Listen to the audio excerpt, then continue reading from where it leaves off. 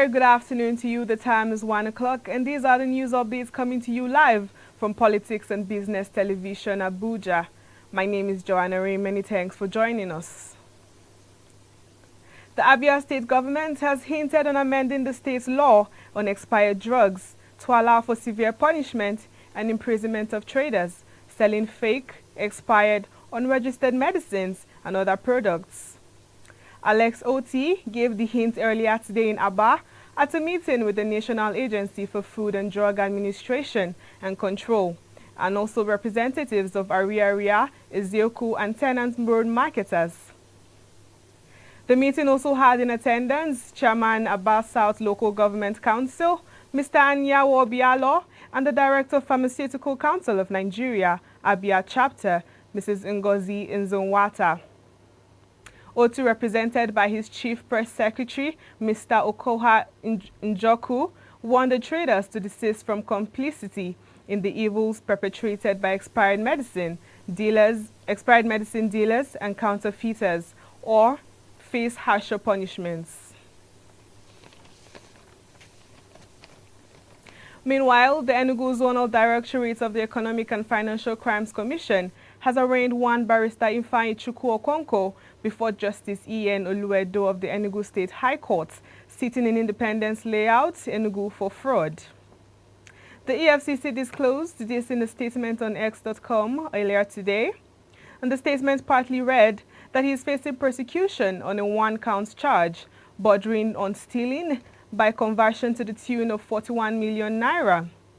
Okonkwo reportedly pleaded not guilty when the charge was read to him, following which prosecution counsel Ojobieri Enitan asked the court for a trial date for the defendant to be remanded in a correctional facility, while the defendant, who appeared for himself, applied that he be allowed to continue enjoying an earlier bail granted to him by Justice H.O. Aya of the same court on the same matter.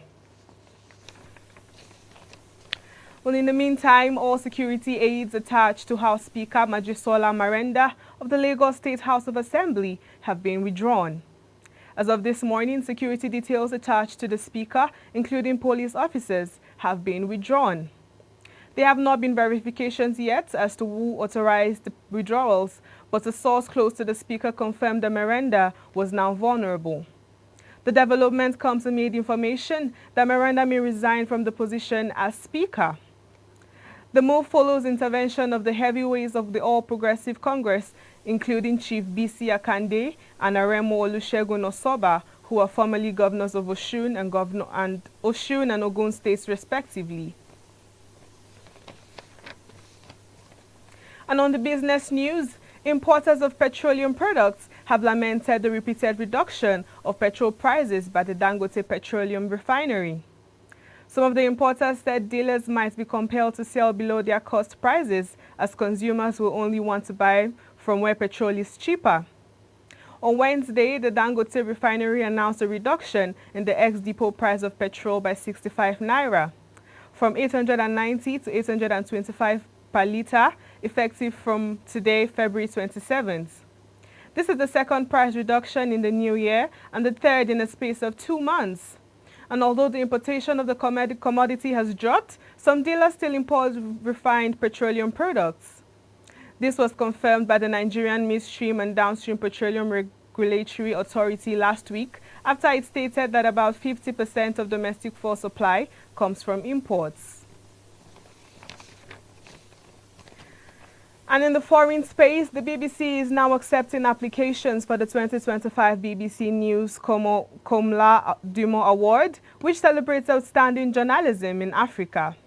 Now in its 10th year, the award honors the legacy of Komla Dumo, the distinguished Ghanaian broadcaster and former BBC World News presenter, who left a lasting impact on audiences worldwide. He was renowned for championing authentic and dynamic storytelling about Africa. Jonathan Munro, BBC News Global Director and Deputy CEO, has said that they are proud to launch this year's BBC News Komla Duo Award and the search for the next recipients. Marking its 10th anniversary in the testament of Komla Dumo's powerful legacy of reporting on African stories and depth, insights, and integrity, past winners of the award reflect the exceptional talent across the continent. So they look forward to welcoming this year's winner and strongly encourage journalists to apply. The award is open to journalists living and working in Africa who demonstrate exceptional storytelling skills. Well, that'll be all for now. Thanks for watching. Have a beautiful day.